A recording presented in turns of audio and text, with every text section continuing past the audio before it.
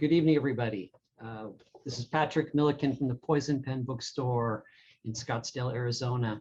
And I got to say, I've been looking forward to this event for a long time. It's so great to see my dear friend, Sara Gran. Hey, Sara. Hi, Patrick. This is the highlight of every book tour to me, is talking about the book with Patrick. This is Oh, basically man. why I write books at this point, to do this for everyone. And I always end up with sort of more insight into the book and good ideas for the next one. Oh, well, thanks. It's Yeah, true.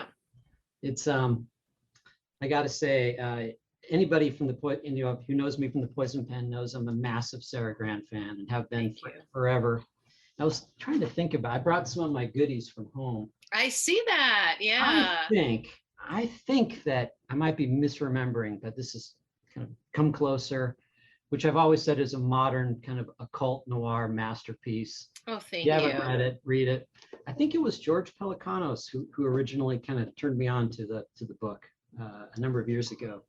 I am the recipient of many wonderful favors from other writers. I am very fortunate. That is the only reason I have a career, is because other writers recommend my books to good people like you who can sell them. Well, so thank you, George Pelecanos. Yeah, he is one of them for sure. And our mutual friend and hero James Salas, who's Yes, been a big mentor to me over the years, and I'm sure you know him well. I don't know him in person, but I know his books well, and I am a huge fan. And I am a James Salas truther, that he is in fact the best living crime writer who is not as well known as he should be, and not as appreciated as he should be. He is by far just knocking all of us out of the park with every book. Amen. Yeah, he has this new collection of short stories that you'll have to check out. That he's an amazing guy. He's just always trying something different. Yeah, he seems to have no fear in his writing, which I think is so important. And I talk about a lot as I get older and I talk to younger writers, that you need to just be willing to change if you want to sort of stay inspired. And he is the best living example of that. Absolutely. Yeah. Well, there's so much to talk about. Of course, we're talking about Sara's brand new book, The Book of the Most Precious Substance, which is just, it's a beautiful, beautiful work of art. And I think it's, thank you. My favorite of your books to date. Thank you. That means the world to me. Thank you, Patrick. I'm sure you're hearing that a lot. I am not. Thank you. I mean, I'm hearing good things, but that's the first time I've heard that particular thing. It's such a great book. And it's also the first book in your new publishing venture, which called Dreamland Books. So let's just kick it off and let's start talking about Dreamland and why you decided to start your own publishing company. I have always wanted to start my own publishing company ever since I published my first book. I'm glad I didn't do it with my first book, because I didn't know what the hell I was doing. And I published my first two books with Soho Press, who have been wonderful and kept my books in print all these years. But I was like, do I really want to give this to someone else? Do I really want to hand this big chunk of my life over to some other person to do what they want with? And it kind of took me 25 years to realize the answer is no. I don't ever want to do that again.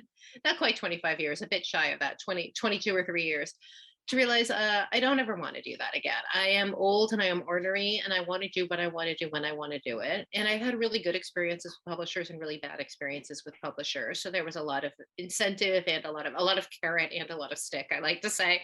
And the carrot was the joy of doing it, and it's been fun. It's been so much more fun than doing it the other way. And the stick is that I've sold twice as many copies as I have of my last book as of today. Is that right? Yes, this is my best-selling release ever.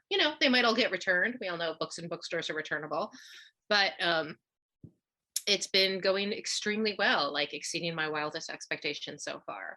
So I was not sure until like Wednesday morning, like, is this the stupidest fucking thing I've ever done in my life? But it turns out perhaps it is, and yet it is paying off. Now, how do you juggle your time? Because I've known writers, who've done this before. There's a really great writer in the UK named John Harvey. I don't know if you know his stuff. I don't know him. No. Terrific writer, and another kind of undersung hero. And he's a poet and a novelist. And he started his own company, and and it has been a challenge for him to kind of divide his time. How are you going to manage that? Yeah, well, there's a couple things. One is it is a lot of time for sure. Like there's no way around that. And I did not anticipate how much time it would be. And that was one of the things I seriously screwed up was I did not allocate enough time to like the manuscript preparation. Having had that was something editors handle for me before of working on the I hired a copy editor who I'd worked with before who I really liked and a proofread. But I still didn't quite realize how long each round would take and how much time it would take for me. And then the designer, I did put the changes because so that was, I almost didn't get the book out on time because I was so behind on that. And it took so much more time than I thought.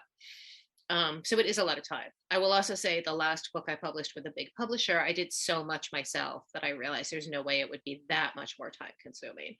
The last book I wrote and other books I've written too, there have been some big copy edit dramas where I ended up, the copy editor sort of had to try to rewrite the book. Guess they did not like my writing very much, which is a demoralizing experience when like the third person to read it obviously hates it and thinks you're not quite literate. Like they changed every comma in the book. Fine. That's obviously like my petty emotional response. But in terms of time management, I had to get up every morning, a couple hours before working in a TV show and put the book back to rights. They didn't really want to do a lot of PR. I get it. We all have our budgets and our concerns.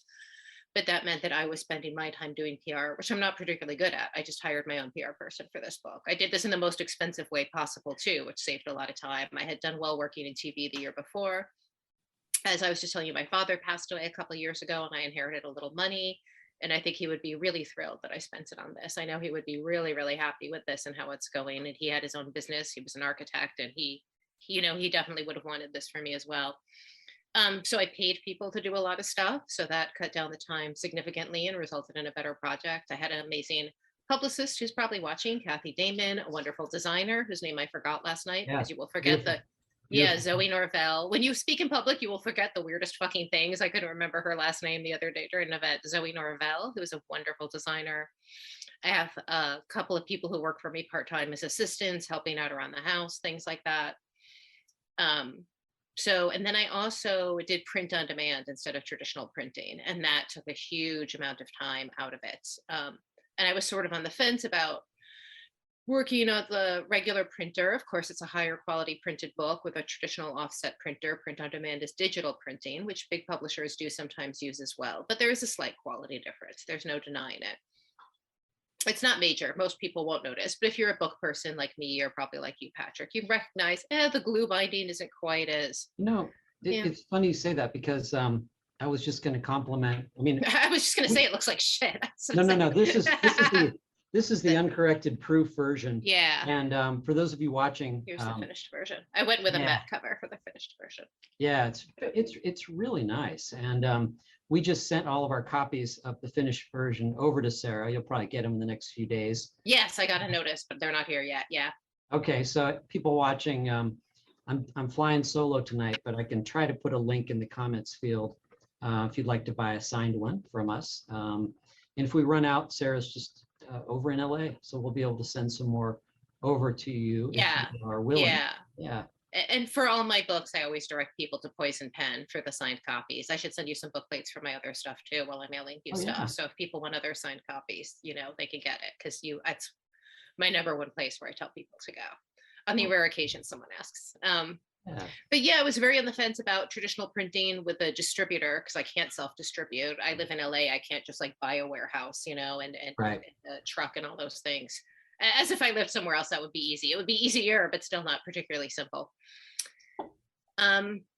And then all these supply chain shortages started coming in, and I realized I was not going to have the time to figure out all the printing stuff I needed to figure out. And then I was also not going to get space at a printer. So it was going to be digital printing either way, which again is not a huge deal. It's just not quite as lovely as offset printing, which we all prefer. But I'm really glad I went with print on demand because I was going to print 2,500 copies. And I ended up selling a lot more than that already. Again, some might get returned, but I've sold about triple what I expected to sell. And I never would have been able to do it. I never would have gotten space at a printer as the printing crunch, supply chain issues. I wouldn't have gotten paper. I wouldn't have gotten cardboard. I wouldn't have gotten space at a printer, which is really valuable now. So the book wouldn't have come out if I had gone the other way. So it was a just sort of random decision that ended up making it all work. Wow. So are you going to be publishing all of your future work yourself, or do you think you might do a combination, or do you remain open to other possibilities as well? I could see working with another publisher if the right thing came along, but for my own, like if I got an offer, do you want to write book X for someone? Sure, maybe. For my own work that I generate myself, I don't see going back unless something goes like completely fucking wrong in the next couple of weeks and I realize I've made a huge mistake, which could still happen. I am still very open to that possibility. You know, I am still very aware that could happen. Unless it turns out that I seriously fucked up somewhere in a way that I haven't seen yet, I can't see going back. This was such a more fun and pleasant experience for me. It's just, you know, I'm old and my personality is just more attuned to wanting to do it myself and make decisions myself. And even though it is more time consuming, that was so much better for me. That's really refreshing. I remember a number of years ago now when you were, I think you were still in Burbank when we came out to visit. Yeah, you. yeah, you guys came over there. And I remember at that time you were just, if I remember correctly, you were just expressing frustration with the whole corporate New York. Yeah. We won't say who it was, or that doesn't really even matter, but you know, I can imagine it's just a crazy making experience sometimes. It is a crazy making experience. You know, there's this thing in, I've read this, I don't know, I've never validated it, but I do believe it's true based on my experience that like job satisfaction is about a control responsibility relationship. And that's something I observe and I talk about a lot. This relationship between control and responsibility in your career. So if you have a job where you have a lot of responsibility but no control, it's really hard to be happy in that job. Yeah. And I think that's also true about people you work with. Like if you want to, if you're an agent, a publisher, you know, I work with so many different people in different functions. If you want to take a lot of control over my decisions, what TV shows I should work on or what book I should publish next, you better take a lot of fucking responsibility if those decisions go wrong. And again, I'm just at a point in my life where I just rather take all the control and all the responsibility. So even if things fail, this still would have been a fun and interesting experience for me.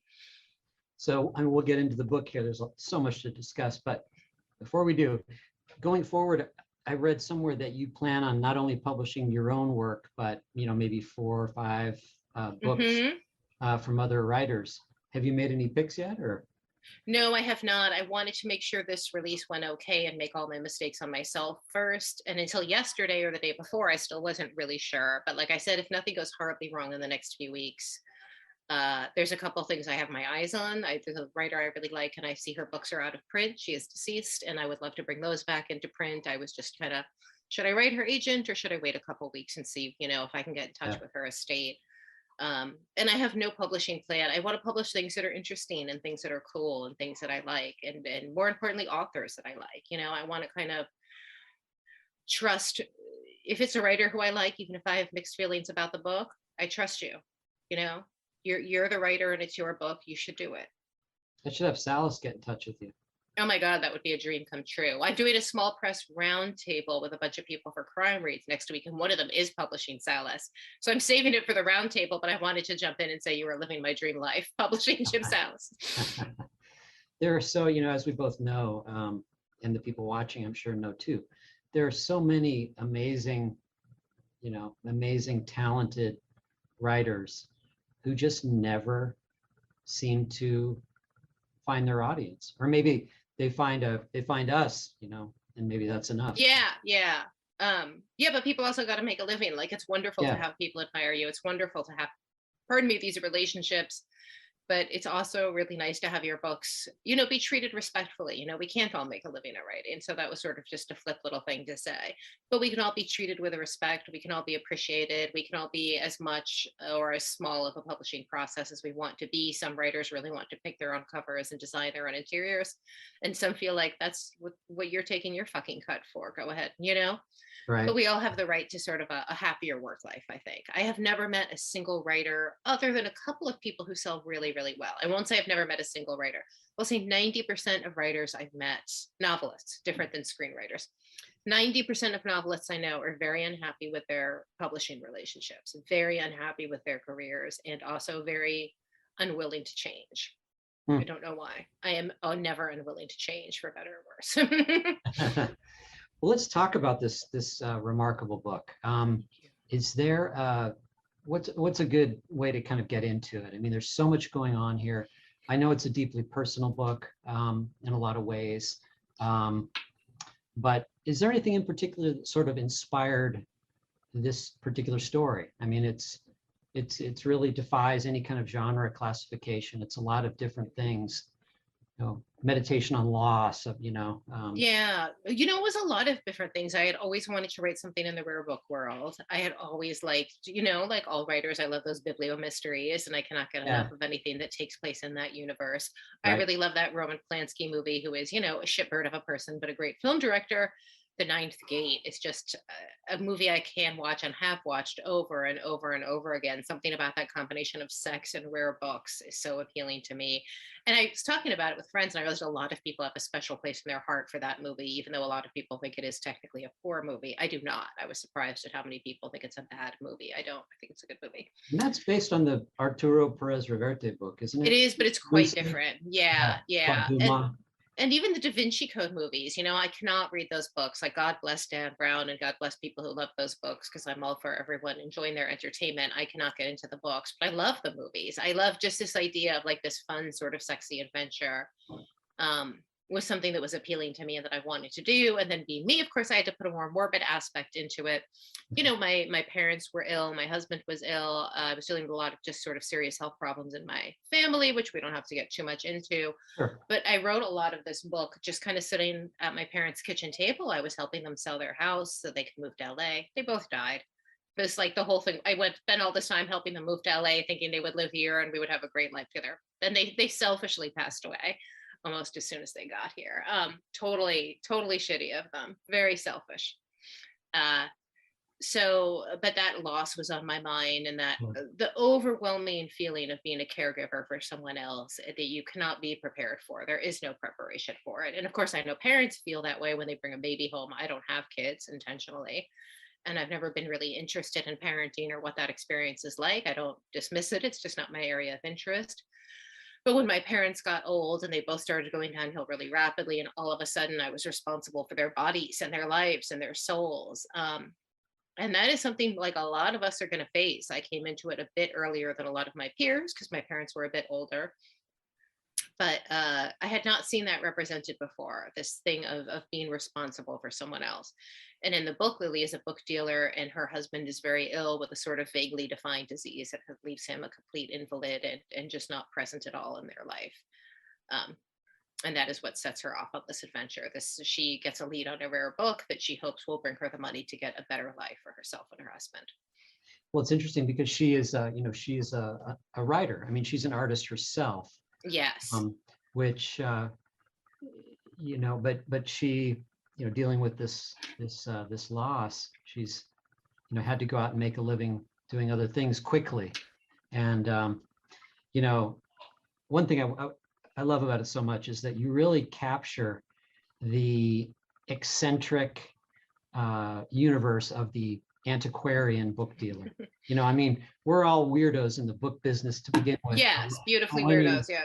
But when you get into that, the kind of the rarefied antiquarian world, the game changes even more. And I love how in the book, Lily is at a book fair isn't it Brooklyn? I think it is. It's in Manhattan, but a less fancy part of Manhattan. I don't remember exactly where now. Yeah. Yeah. And, she has a booth there and she's kind of exhibiting her wares, and the attention that you put into what she's selling. That was really interesting, because it's everything from, some kind of, on the low end of the expensive spectrum, and then some really rare things as well. And she meets this cast of characters who, the guy who specializes in, rare, I don't even know. They have these very specific interests, Yeah. There's a guy who specializes in books about New York. There's someone who specializes in architecture. There's someone who had a failed PhD and I don't remember what, and that's how he became a book dealer with just the books he had collected, which I think is, I used to work at Housing Works in the Strand in New York, and I would meet these book dealers, and that it's something people fall into. Like, there are some people who set out with a goal, that's what I want to do with my life. But it's also something a lot of people, you just sort of tumble into it. You find a niche and you stick with it. Yeah, exactly. Yeah. Can I just read something real quick? Oh, please. Thank you. I love this description of Shimon. It says, Shimon himself looked like the exact dead center of most book dealers. A 50-something man with an irregular hairline and patchy, unbecoming facial hair. Clothes that were somehow too big and too small at the same time, and a look on his face like he could very easily be persuaded to sit down and never get up again. I don't remember reading that. That line surprised me. This is I really identify with, and perhaps a lot of the people watching will too. Like most book people, there was a shadow in his face, a hollow echo in his laugh that let you know he'd rather be around books than people. Who could blame him? It was why so many of us were in the business. People had let us down. People had broken our hearts. And this really rings true, Sarah. We liked books and animals and messy rooms full of things that weren't people. Amen. Yeah, that's literally what I'm doing right now. I'm sitting here smoking in a messy room with no one else in it. Yep, that is literally my life to a T. Not enough cats, though. Not enough no cats. As I was telling Patrick before we started, he seriously let me down by not doing this from his house so I could see all the cats. Huge disappointment. Sarah had a wonderful big black cat named Suki, right? Mm-hmm. Yeah. She passed away as well in the middle of all of this. Yeah. Wow. I remember I was like, even my cat, my parents said, no, my fucking cat is dying. Even my cat. Are you kidding, universe? But that's what happened. Yeah. Yeah. So, so this rare book comes into the picture here, this mythic kind of occult book. Talk about that a little bit. Was there any specific inspiration for the book? You create this really interesting history of this book. It is all fictional. It is all 100% imaginary. So the book is called, as is the novel, The Book of the Most Precious Substance. So it is a magical manual, not strictly alchemical, but sort of inspired by the universe of alchemy from like Holland, Netherlands, 1600s. There is and you find the history in sort of bits and pieces as you go through, that there was a princess who was very into magic, which that was inspired by John Dee and what's his name? I'm drawing a blank. John Dee and whatever royal family he was attached to. I know more weird occult shit than I know like actual history. So I'm like John Dee and his, perhaps false grifter apprentice, who I think was named John Kelly. So John Dee was a guy who came up with this angelic or received this language called Enochian, the Enochian or Enochian language that is a language of the angels. He was a big magician. So there's all these crossovers between magic and alchemy, especially in that particular time and place. And this occult stuff is interesting for a lot of reasons to me. And one reason is because it's sort of where high and low culture meet. So that's what happens in the book. It is this sort of lower class person and this princess come together and create this book together, which we slowly get the story of over the course of the novel. And the book is a manual of sex magic. So there are these different acts. There are 5 of them. And at each step involves a different bodily fluid. And then the second to last one is the most precious substance, which I will not say on live TV. We will get kicked off of YouTube. You have to read the book if you want to find out what it is, or just Google it. That's fine too. Not trying to do a heavy, hard sell here. I just don't want to get us kicked off of Facebook. Right. But it's interesting that, some of the lore behind it. I believe there were maybe 4 extant copies or 5. I can't remember exactly. 5, yeah. And then each one by one. Handwritten. Yeah. And one of the things I really loved about it, I thought was very, very, very effective, was that the book itself defies anybody taking a photograph of it. And it kind of shape shifts in front of the reader. Yeah, it has a magical quality to it, which it's easy to just miss as, I'm drinking too much when I looked at it, or the light is bad, or my camera's not working, but everyone who looks at it is sort of unable to go from memory. But then little bits and pieces of it are reproduced, which is how Lily and her partner in all this, a man named Lucas, are able to actually enact the steps and move forward, which they start doing as they start looking for the book, and they get the magical instructions a little bit at a time from one photograph here or a partial copy that they're able to take notes off of there. And as they do, more and more strange things start happening to them. Was this a book that you had an idea of where you were going? Did you know the end game? I don't want to give any spoilers away. Yeah. But did you know where you were going, or did you I never know where I'm going in the feel book your or way in along? life. No, I never have any fucking idea what I'm doing in any circumstances, let alone a book. For me, the writing is always a process of like doing what I feel like doing and then going back and seeing, does this fit? Does this work? Which is the long way to do it. It takes a lot of time, but for me, it's the effective way to do it. And then sort of letting the book tell you what it wants to be, metaphorically speaking, and what kind of ending will work for it, what the kind of end goal is for it. For me, it works better to figure that out as I go along than go in with a plan. But some Sure. writers like to go with a plan. They like to outline. They like to have the whole thing. When I did my event with Ed Brubaker the other day, he told me some writer's theory. I can't remember who. It didn't come from him, but I can't remember who originated. That there are architects and there are gardeners. Huh. So architects go into books like knowing everything that's going to happen, and gardeners go in and they're like, now plant some seeds and see what comes up. And that's my approach. I'm very much a gardener. Right. It's interesting. I remember asking you about one of the Claire Dewitt books. I think it was The Bohemian Highway. I asked you, I said, is there kind of a riff here on the Bodhisattva tradition? And, would I be off base to identify that here as well, in a sense? I mean, your character goes on this very intense journey, kind of, and then, the journey. Yeah. But I think she makes a lot of wrong choices. It's hard to talk about without giving away the ending too Yeah, much. that's true. But I hate the idea of like a message in a book. So I don't want to say there's a message in here, but there is a theme that there are these various steps over the way where the narrator has like gotten some good results, gotten some money, gotten some adventure, and could have and maybe should have quit while she was ahead. Right. And even if you look back at where she started, at the end, she realizes, oh, there are moments I could have appreciated there as well. Things can always get worse. We don't, you can always, your cat can always die too on top of everything else. But there is something to be said for appreciating what you have rather than using magic or greed or whatever to go for the next thing. Right. It's funny. I was kind of reminded a little bit of that. Have you ever read that Samuel Beckett trilogy? No. Malone. I can just say right now, no, without the title, because I've never read a Beckett trilogy. No. Yeah, I've the not trilogy. read much Beckett. Yeah, there's this wonderful trilogy, and at the end, there's a famous line. I can't go on. ... I'll go on. Yeah. I know it from hearing about it. Yeah. Yeah, that's at the end of The Unnameable. But anyway, the Dark Night of the Soul, things like that come into play. Yeah, I really wanted to get into these sort of darker experiences. Like I said, caregiving and someone's body falling apart and what it's like to lose people you love, that I had not really seen a lot in books other than like melodrama or some kind of, happy ending. Oh, look, it all turned out okay. We're all going to die. Things are not going to turn out okay. We're all going to end up dead. And if we're lucky, people will miss us. And that will be, someone else's, a little piece of their heart will break and never, ever, ever recover.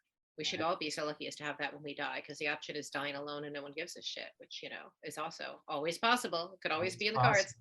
Yeah. But happy endings, we can have happy end to a chapter, but there's no happy end to the life story. Right. I was asking you offline about one of the caregivers in the book. I think, is it Awe? Is that how? Awe, yeah. When my parents were sick and with my husband with his health problems, I've just had all these wonderful caregivers. My dad was in a home at the end of his life. He had Alzheimer's, and those places get a really bad rap. And like, there are definitely management issues in a lot of long-term care facilities. They are being taken over by venture capitalists and are firing staff and leaving really, really unsafe conditions. But there's also the idea that a lot of people have that every caregiver is like an abuser or an alcoholic or someone who can't get another job. So I wanted to make sure to portray that with the respect that career deserves. I broke my ankle, and a caregiver who had worked for my family before, who became a really good friend, has been and taken care of me the past couple of weeks because I can't really do anything. So it's been really interesting to be on the other side of that. And what a blessing it is to have someone who not only is, doing your laundry and taking care of you and helping you in the shower and stuff, but has chosen to do that for a career, and you meet a lot of people at these homes and in these agencies. And again, the stereotype is that they're all people who couldn't get another job. And that is absolutely not true. A lot of them are people who could definitely get a better job, who choose to work in this caregiving world, and their work is degraded because they are women. They are often immigrants. They are often people who English is not their first language. In New York, I met a lot of people from Nigeria, which is where the character of Awe came from. In Los Angeles, most of our caregivers are Filipino or Latino, Latinx. And these are just some of the great people on planet Earth. And there's this real wisdom and real beauty that can come from caring for like other human bodies as they decay and age that, you know, when you spend a lot of time around these people and in the medical system and with the kinder people in that universe, you will see. Right, right. I wanted to ask you a little bit about, and we'll get back to this book as well, but I wanted to ask you a little bit about Marigold. Is there a print version of that? Because I confess I have not had a chance to hear it. Well, first of all, fuck you, Patrick. Jesus I know, Christ. Jesus. What are you doing? I'm remiss. There will be a print version of it. I will print it for sure. Yeah. And I want to do, when I have more time, I want to do a like sort of bigger edition with photographs and whatnot. So I actually wrote that. So for those of you who don't know, this was an Audible original that came out over the summer last year, I guess. So I have no sense of time anymore. I guess it came out in summer of 2020. I don't know, sometime in the past it came out. Yeah.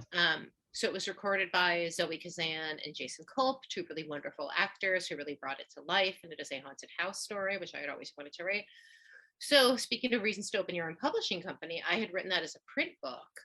And my agent, who was a wonderful guy, still a dear friend, he wouldn't send it out. He's like, no, I really don't think there's a market for this. And I was like, there is a market for it. And then I worked with a podcast agent who again was like, I'm not sure there's a market.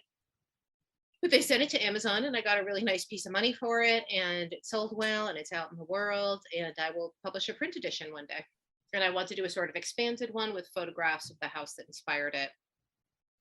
It's maybe some other fun stuff involved. Can you say just a little bit about it, just to? Yes. So Marigold is a conversation between two people. One is a paranormal investigator who has this sort of double life because he is an academic who teaches literature and critical theory, if I remember right, at a university, but he also has this sort of other life as a paranormal researcher. He lives in this environment where he's not supposed to take this stuff seriously, and yet he does take this stuff seriously in his free time. And Anne, which is a pseudonym, is a woman he is interviewing for his research who lives in a house that she says is haunted, and it is also her best friend. And she has lived in this house in Pasadena all of her life. It's an arts and crafts house. And so they go back and forth, and there is a lot of sort of emotional back and forth between them too. And both of them want to talk about this house, but both of them also are sort of scared of revealing too much and scared of giving each other an upper hand at the conversation. Wow, sounds incredible. Thank you. You should listen to it, Patrick. I know. My friend. Not be such a cheap ass and go and buy the damn thing. Jesus, don't you have Audible? You just download it. You don't buy it. You can only get it if you're an Audible member, which kind of sucks. But is that from the evil empire? Yeah. I will get it anyway. Yeah, it was the only way that I could do it. So you have to be an Audible member to download it. Unfortunately, you can't just buy it. But you can just like sign on for a free trial, download it, and then cancel it. I don't care. I'm in. And Jeff Bezos has plenty of money, so I encourage everyone to do that. I'll have to ask my buddy. He just answered. I was going to say, Steve, have you read it? Have you listened to it yet? Hi, Steve. Yeah, Steve Schwartz, good friend of. I know Steve. Hello, Steve. Yeah. Yeah, I know everyone. Hi, everybody in the Poison Pen universe. Hi, Barbara. Hi, Steve. We miss you here in person. I miss you guys in person too. I wish I could have been there. But next time. Next time for sure. You know, your description of Marigold, one of the things that I find fascinating, and I imagine you probably do as well, is this idea that, locations where traumatic events, be it violence, be it, things of that nature, carry the imprint of those acts. And I don't know if I can explain it, but I get a weird vibe when I go down to Bisbee, for instance. I don't know what it is. What's Bisbee? Bisbee is this really interesting mining town down in southeastern Arizona. What? I've never been there. Tell me about this town. Oh, it's a wonderful town. Yeah, great place. All the homes are on the side of a mountain. Ooh. But anyway, there's like other towns like Gallup and Ajo and other mining towns. Yeah. There's been a lot of labor unrest and a lot of violence that has occurred at some of these old towns. And I always get kind of a weird vibe when I go through there. But absolutely. I do believe that there is some kind of imprint when bad things happen in a place. It's not always there, but there are places that you walk in and you're just like, nope, nah, it doesn't feel good, not into it. Or going to Gettysburg or going to the trenches in France, Yeah, I've never been to either of those places, but I do know what you mean. I mean, there's a lot of places in New York City like that, just from Yeah. all of that's happened over the years, where you will just walk into a space and it's like, I don't care what kind of physical cleaning, spiritual cleaning, whatever you do, it's just never going to feel quite right in here. And that's a lot about what the Marigold is about, these sort of bad things that have happened in this woman's life and in this house before that have continued to echo in present day. Wow. Joe Lansdale, one of my favorite writers, he has a book that's kind of neglected called Lost Echoes, actually. Oh, I That don't know deals that with one. the subject. Not to talk about other writers' work, though. Let's talk about other writers' work. It's always for the better. Yes. Well, no, I want to talk about Claire Dewitt a little bit as well. Yeah. When I first, let's see, when I first met you, I think you were up in Alameda, in that area in California. Oh, yeah. California. But I know that you've made you lived in New Orleans for a while, and you were there during Katrina. Is that right? Yes. Yeah, and of I mean, course, I evacuated. I wasn't literally there, but I lived there during Katrina. right, and you wrote about that, of course, in that first book. What can you say anything about that whole experience? God, it was so long ago now. It's hard to believe how much time has passed, Yeah. I wish I had not evacuated. I wish I had stayed, because my apartment was on high ground and I wouldn't have been in any danger. Might have been able to help others, but of course there was no way of knowing at the time what was going to happen, or that I would have been able to be useful, and then you could not get back at the city, not through any stretch of the imagination, unless we're more sophisticated at that type of thing than I am. Yeah. But yes, I am working on the next Claire Dewitt book. It'll be a couple years, and I would like to do a book of Claire Dewitt short stories before that. I have a bunch of short stories that have been published either overseas, or I used to have a private newsletter I would send them out on. I remember. And so hopefully I'll have a book of short stories out soon, and then another novel in a couple of years. Are you doing what kind of TV stuff are you doing at the moment? Anything you working Not on? much. I am not doing that much. I'm working on a possible adaptation of this, but it's not announced yet. But hopefully that will be good and fruitful and a fun project and a lucrative project for all. So that should be a good thing. Wow. And then I am actually going to minimize my TV work a little bit this year. The book is doing well, and it is frankly a really dull moment to be working in TV. I had dinner with some friends a couple months ago. Director who's been in TV for a long time, and he said it's the most conservative moment in TV since he'd been there. He doesn't mean politically conservative. He just means creatively conservative. It's just a weird, when I first started in this business 10 years ago, it was, there was such a rush on having novelists come in. It was a big deal to be a novelist, and people really wanted to hear your sort of original ideas. And 10 years later, TV has become so formulaic. And with all the streaming services, instead of being like an opportunity for more creativity, it's been a bit of a race to the bottom. So everybody just kind of copies each other. Yeah, I mean, there's a lot of writers doing great original stuff, but it's not getting made. And it also takes years at this point to get something made. I saw an ad for a TV show the other day, and I'm like, didn't someone ask me to work on that show? And I looked through my emails, and it was 5 years ago that they were thinking about putting together a writer's room. Wow. And that has a huge director attached to direct, and a huge star attached in it to act. So it's got, there are no bigger names. And it still took 5 years to get on the screen. Is that the Guillermo del Toro project? No, that went through a million itinerations and then died. And then a couple of years ago, someone approached me about the same book. They didn't know I had worked on another version of that book with Guillermo del Toro. This is a wonderful book called The Nutshell Studies of Unexplained Death, about this woman in Chicago in like 30s, 40s, 50s who made these crime scene dollhouses. It's a beautiful book. So that project fell apart. Other people have picked it up, and I don't know. Still no TV show. That's all I can say. Yeah. How did you first get into the TV world? Because you'd had a few books published by then, right? Yeah. So my book, Job, I'd stopped making money was the main thing. Yeah. So I had a really good entertainment lawyer, just like sort of by chance with my first 2 books. Pardon me. So he was a friend of the family. And he was like, do you want to try writing a script? I was like, no, why the hell would I want to do that? That sounds terrible. Because I was making a lot of money from film options. And then in about 2006, I stopped making money. My books were not selling well, and I was not really getting big film options. And then I got an opportunity to write a script based on my book, Dope, with a really, really great team of producers and actors involved. And I took it, and I didn't really have any other options but to take it. But I ended up really liking it. I like the work. I like the screenplay form.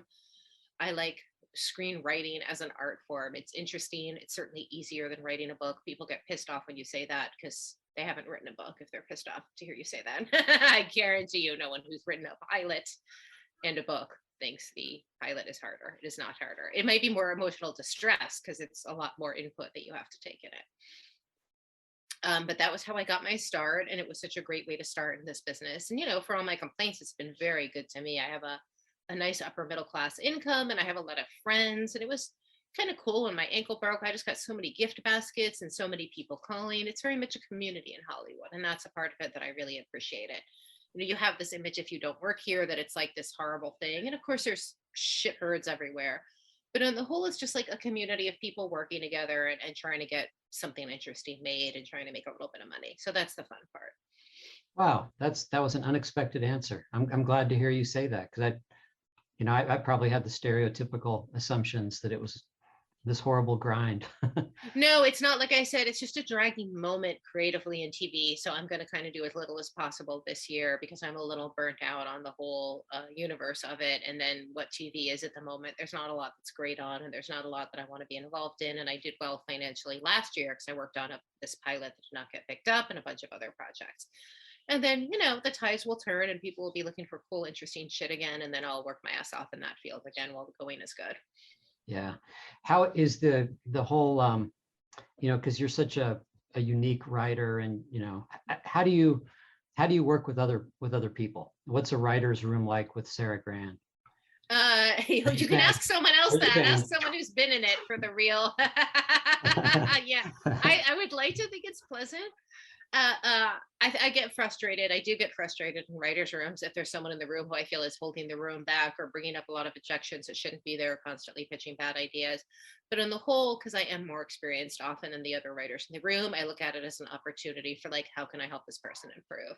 So when I ran a writers' room for this pilot that I worked on last year, I made a role. We have something we call the board, which is like it's either a whiteboard or a bulletin board, which is like a very important decision to make, where you make your notes for the show as you're going along. So usually if you're in a writer's room, people want to get their ideas on the board. And on the first day of the room, my one great management technique, I made a lot of mistakes. This is something I did right that I will share with everyone. I asked everyone, I'm going to ask you to define, please in this room, define success a little bit differently, which is not getting your ideas on the board, but helping everyone else get their ideas on the board, helping your coworkers get the best out of themselves and really articulate their vision and making their ideas work.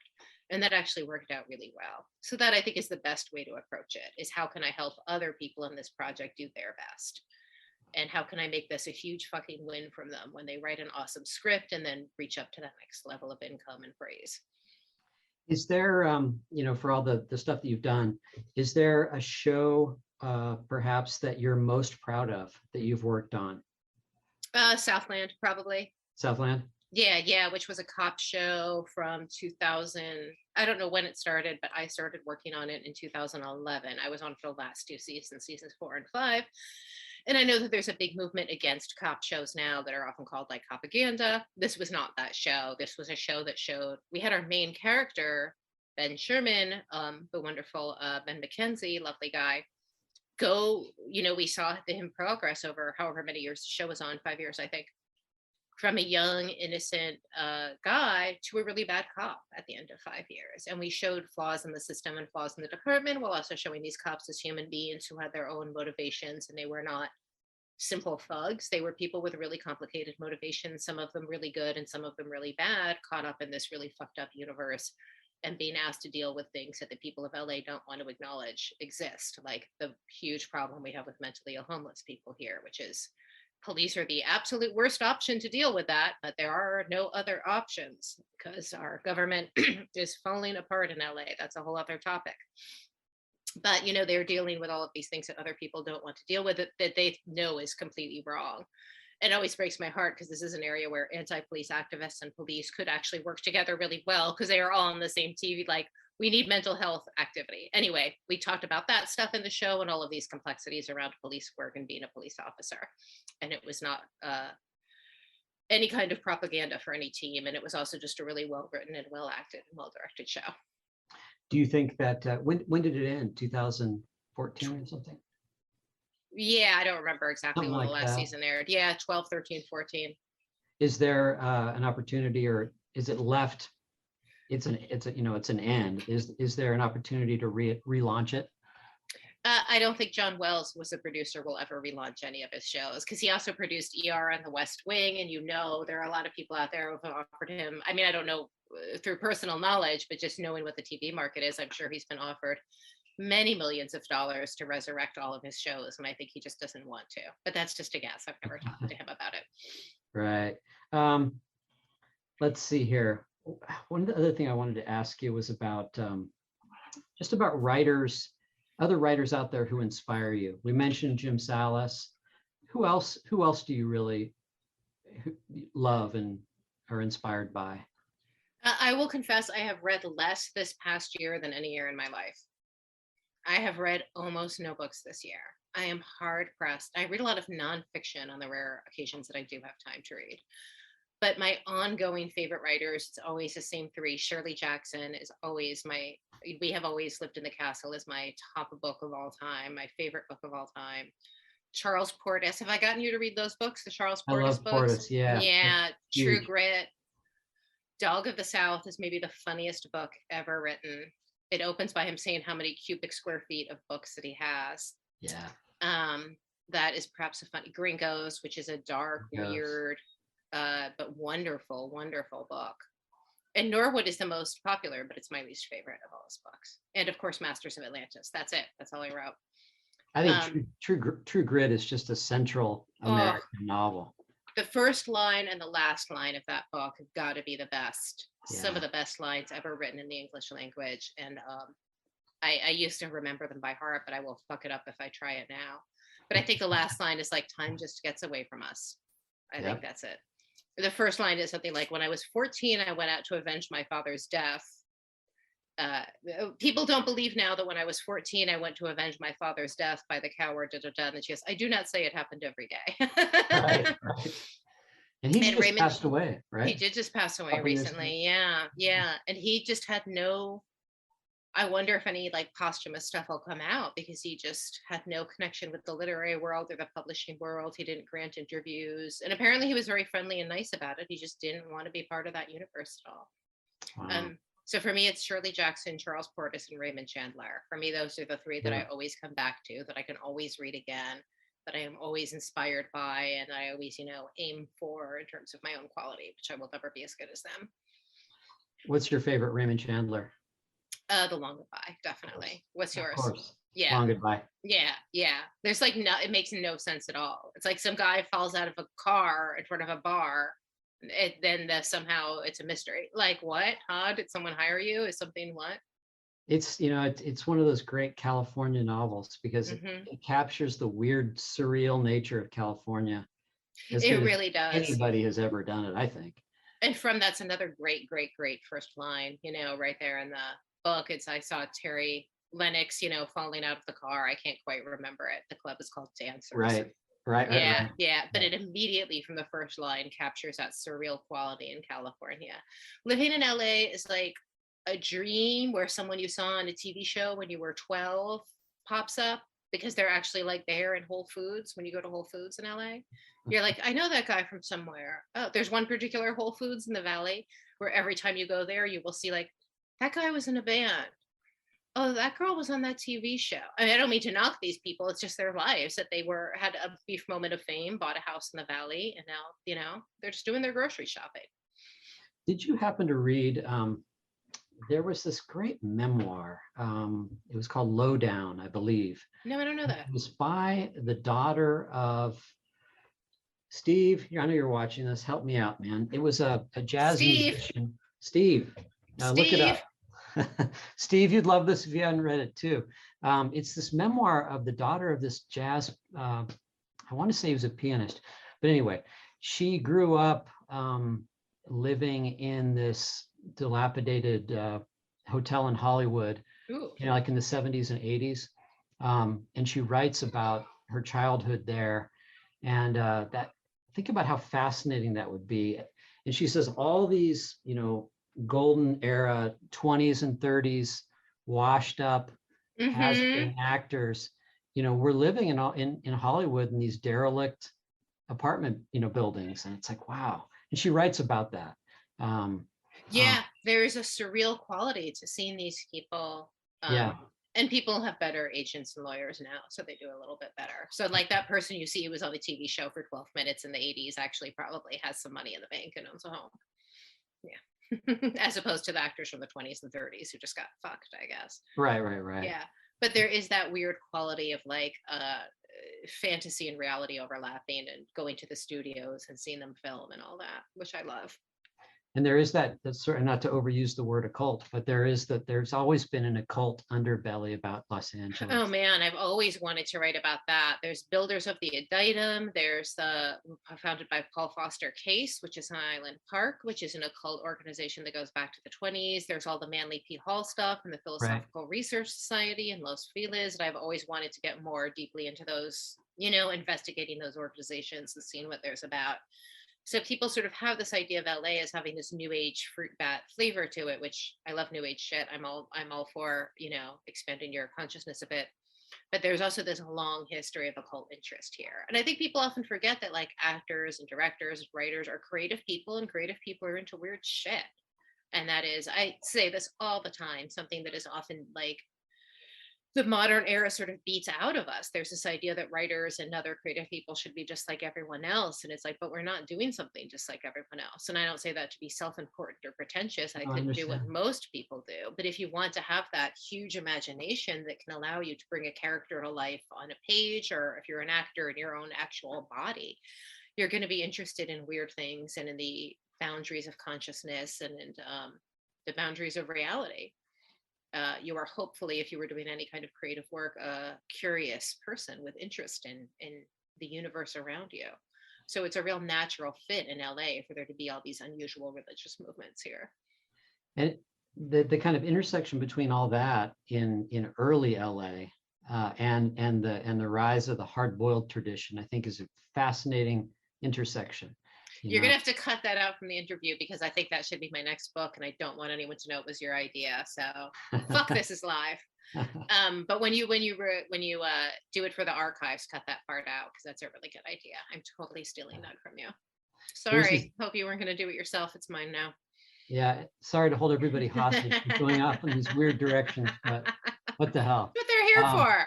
That's right. There was a book that I got a hold of that was this homicide detective. It was a series of photographs from the LAPD circa 1930s. Oh yeah, I can't remember what it's called now, but yes, it might be called LA Noir. Yeah, you might be right. Yeah. There's a couple of them, but yeah. It's got the the Winnie Ruth Judd autopsy photos. Yeah. But it also has all these surreal pictures, and the only reason I bring it up is that they talk a lot about boom and bust California, which James Cain wrote about, of course, with Mildred Pierce and just the record number of suicides that happened in the 30s in LA, because the Hollywood dream didn't work out. Yeah. Well, I remember in New York in the big crash in the 80s, there were a lot of suicides as well. But yeah, that stuff I think is sort of part of the LA tradition. And I also think part of the crime fiction tradition. I mean, totally. I got this really interesting book. If my ankle wasn't broken, I would just run over and grab it from my shelf, but it would take me about 15 minutes to get in my wheelchair and wheel over. But I'll tell you later, and we can put it on the site or my Twitter or whatever. And it is by a Black writer. It is Harlem in the 20s. And it is this overlap. It's a series of detective stories, but there's this big overlap between stage magic and occult magic within the Conjure stories. Man Dies? Maybe. I literally cannot remember now. Yeah, by Rudolph Fisher. Yeah, I think you're right. The Conjure. Yes. That's exactly it. Yeah, I didn't hear you correctly at first. I thought you said something else. Yes, that's exactly it. And then in the Dupin stories, which are the first detective stories by Edgar Allan Poe, there's no overt occult stuff, but you often are left wondering, until you find out the sort of disappointing ending of Mysteries at the Murder on the Rue Morgue. Mysteries at the Rue Morgue? What's it called? But it's like the first big detective story ever, right? Right.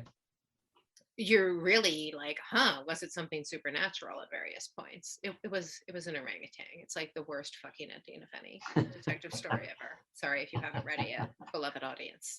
But I do love Poe, and I love those stories very much. Yeah. But I think there is this theme of occultism in crime stories and thrillers and detective stories kind of going back quite a while. Which brings us to Come Closer, since we're going down memory lane. Yeah. Can you tell us a little bit about that book, and can you remember what was kind of in your mind as you were writing the book?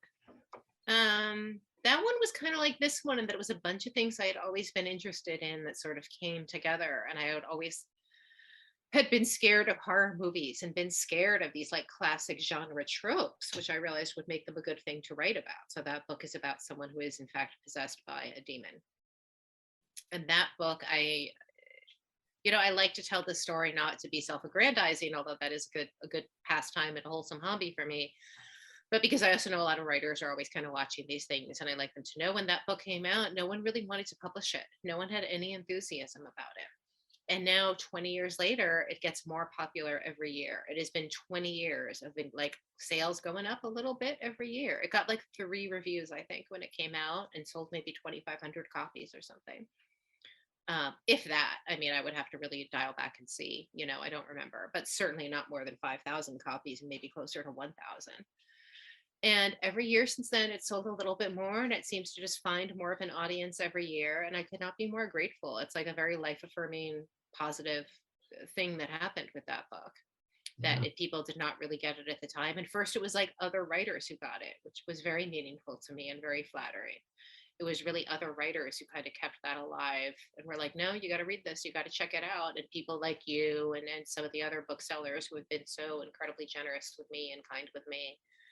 And now, I get a little royalty check twice a year, 20 years later. How do the books do abroad? I'm sure they do well in France and Europe. And yeah, the Claire Dewitt books do really well in France and Germany. Come Closer was just re-released in England. I don't know what sales have been like, but it got some really nice press. But it just happened a couple months ago, so I don't know what sales have been like yet. And then this book, I hope, will be well in Europe. I'm just making all my deals now, but we'll be with Faber in the UK. And then none of my other publishing announcements, I think, are quite ready to announce. But it'll be in some new markets for me, and the ones that I've done well in the past, in Germany and France. And I'm excited about that. And the best part of publishing books in Europe is in France and Germany, they have this whole infrastructure of book fairs.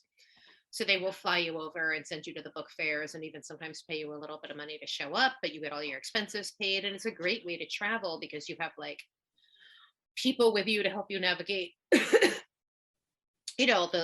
don't speak French well, and I don't speak German at all. So you have these sort of teams of people to help you do what you want to do, and you get to meet people you would never meet as just a tourist, and go to neighborhoods you would never know to go to. And it's a great way to travel. And I hope to do it again with this book. Well, getting back to this book, we went off on like a jazz solo when we came back to it. There are some, some cities in this book. There's Paris, there's New Orleans, there's a couple of other touch stops along the way. Are there any cities that, I'm sure this is a stupid question, I haven't really thought about it, but I'm sure it's not. I can picture Sara Gran living in London, and writing about a London novel at some point. Are there any cities that you would love to live in for a while and write about that you haven't? I would love to live in France for a while. So speaking of these book tours, I did a couple of really big in terms of time tours in France over the past few years. And I just got to see all these weird little corners of it that I've been writing a book set in the south of France for a couple of years, and I haven't quite been able to wrap up. But I like it. I'm happy with it. It's just really hard to work on. But I would love to spend more time in France. And that was actually my plan for this year before COVID. I was like, I'm going to take some time off and go to France for a couple of weeks and have a real vacation that does not involve a broken bone for the first time in a couple of years. Didn't happen, obviously, maybe next year. But I would love to spend more time in the south of France and in Paris and that whole area for sure. Yeah. Have you been down to the catacombs by any chance? No, because when I was there, every time you have to book kind of far in advance in this day and age. Tourism was at like in this day and age, you can probably just walk right in. There's not a lot of tourism. But when I was there, tourism was at a real high, and I had not planned ahead. So I was not able to go. Yeah. Did you go? Yeah, that's one place we went. And we got like this smoking deal, but it was right over Christmas 2019 into the year 2020. So it was right before COVID really hit. And so we Smart time. were there over Christmas. We went to London and Paris. Nice. And I was a little overwhelmed by Paris at first, It's a lot. Yeah. And And again, that's why it's nice to go there for work, because you're not really doing tourist things. Although I love doing tourist things, you're just kind of going to business meetings and stuff like that. But you sort of slowly absorb the country as you're there. yeah. Let's see let's see here. Yeah, okay. Steve, he says, if quote, creative people are into weird shit, don't sum us all up, then nothing does. Leave it to Sarah to get it right. Thank you, Steve. Amen. Amen. Yeah, we're always kind of, complaining about, everybody's just so fucking conventional and, just doesn't like enough weird, interesting things that are outside of the norm. Yeah, it's weird. There is something weird going on, and I don't want to be that person who's like, cancel culture. That's a boring topic, right? But there is this, politics aside, I could give a fuck what anyone's political beliefs are, as long as you believe in sort of basic dignity of all human beings. The creative community is being co-opted by the corporate community. I'm going to put it like that. Yeah. And when I was a kid, it was writers were like Norman Mailer, who stabbed his wife. I don't think stabbing your wife's a good idea. I'm not in favor of that.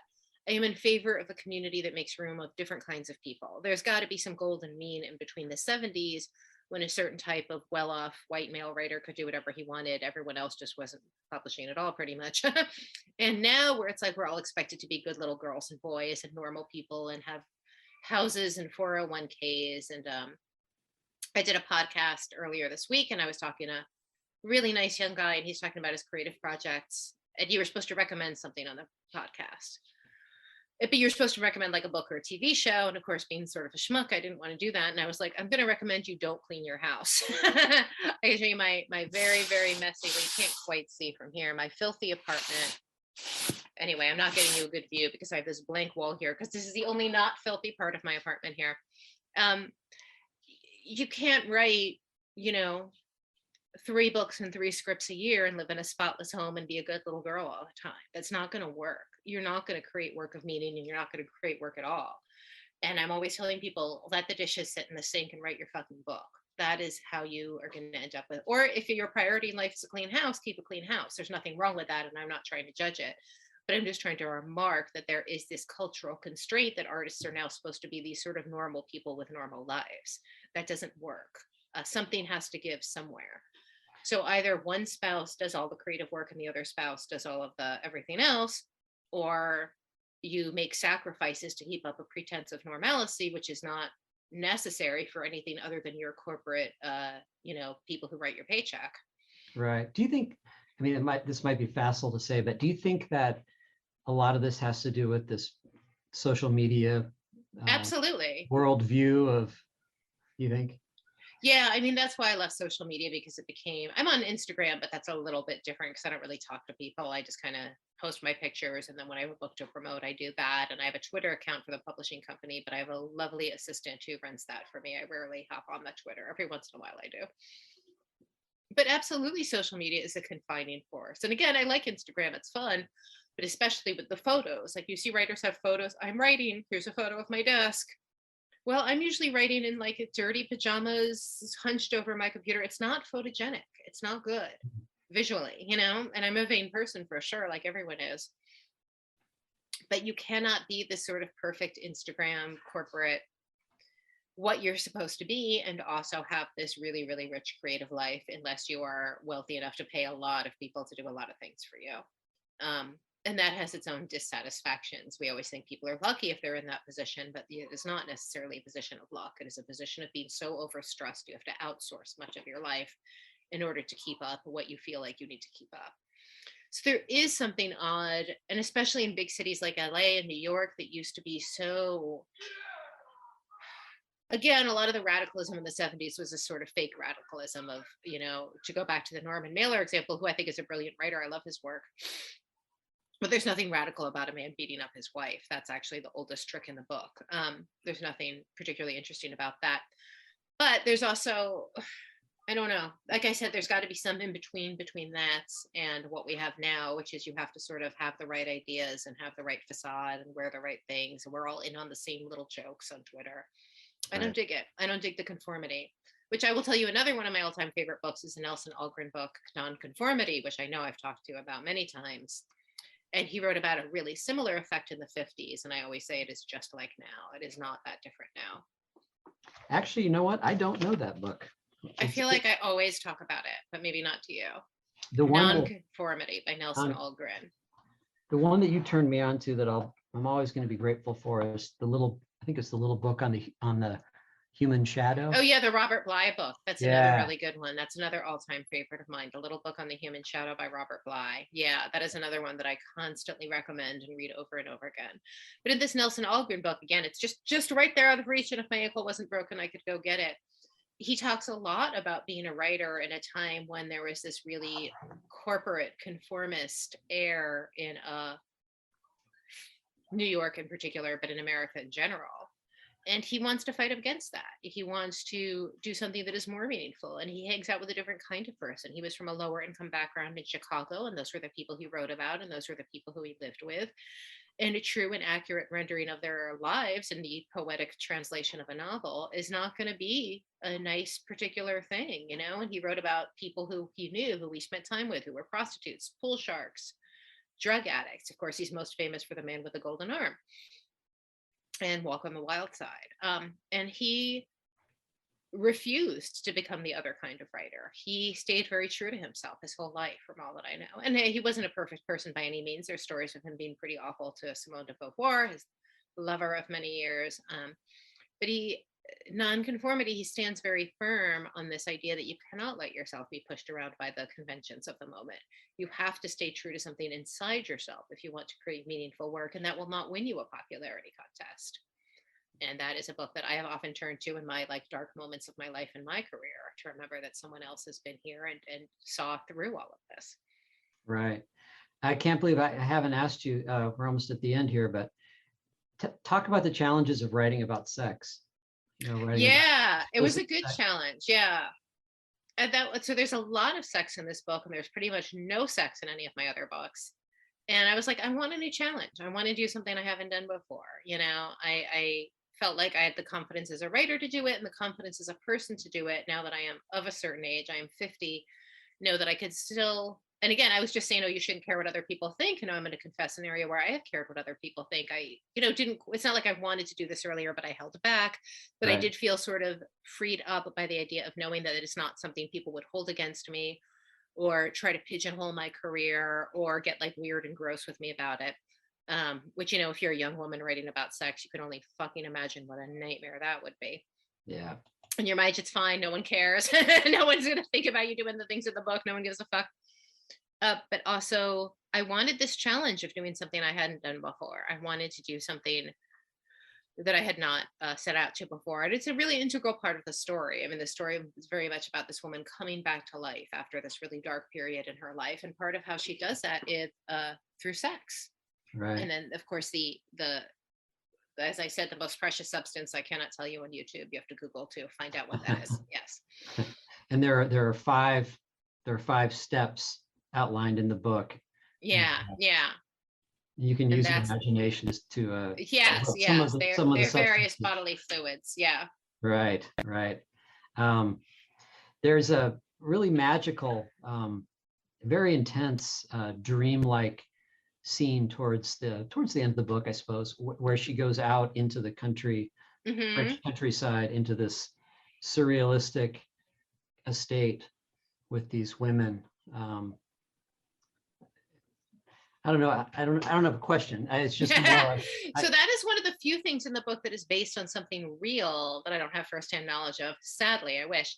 So I'm going to pronounce his name wrong. As I've mentioned a number of times, my French is terrible. Alain Robbe-Grillet, the surrealist and writer, him and his wife had the sadomasochistic relationship, 40s, 50s, 60s. And when he passed, she became a dominatrix. And there was a big article about her in Vanity Fair about 5 years ago. And then someone made a documentary about her. So this woman is, I guess, in her 80s.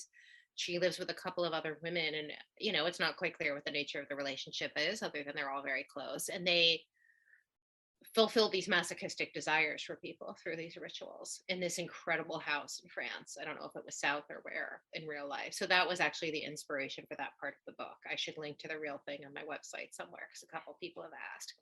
So that is one of the few things in the book that was not wholly imaginary, that was inspired by this real person who was fascinating and strange, and an inspiration to all of us who wish to be having good sex and interesting experiences in our 80s. Wow. Very cool. Yeah. Yeah. And then there's so much we haven't gone into. I mean, I'm sure people have made the connection between the book and this book, and then the Detection, or however it's pronounced. Yeah. Dewitt Again, book. our bad French holds us up. Yeah. I know I have this ongoing obsession with books about books, and with just finding the right book will change someone's life. And I'm not sure if that's true, but I can say honestly, like, Non-Conformity changed my life. We Have Always Lived in the Castle changed my life, not in an occult way, but perhaps in a more cerebral way. So maybe it is true that books can change our lives. I hope so. I hope it's true. Do you have any special books that you own? Any treasures that? I know you're not really a book collector so much, right? Or more of a book amasser. Exactly. Yeah, that's a better way of putting it, is a hoarder more than a collector, because I don't collect modern firsts. I've never understood why people, I mean, I have a couple, I have a couple of Portis firsts, I think. They're not, like one is a library edition, I think. They're not valuable, but I enjoy having them. Yeah. Boy, I should have planned for the Zoom to do a little tour of my office, and we could have gone through some of my books together. But there is that unique, wonderful feeling if you're in a used bookshop or a thrift shop and you just see that thing you've never heard of before, and it fills some hole in your knowledge base or your imaginary base. That is a feeling that nothing can compare with. Well, and sometimes it's like these very special, limited kind of things from 200 years ago. Yeah. They preserve this part of history that would otherwise be lost, and these series of oddballs kind of keep it going forward, through the years. I love that part of the book business.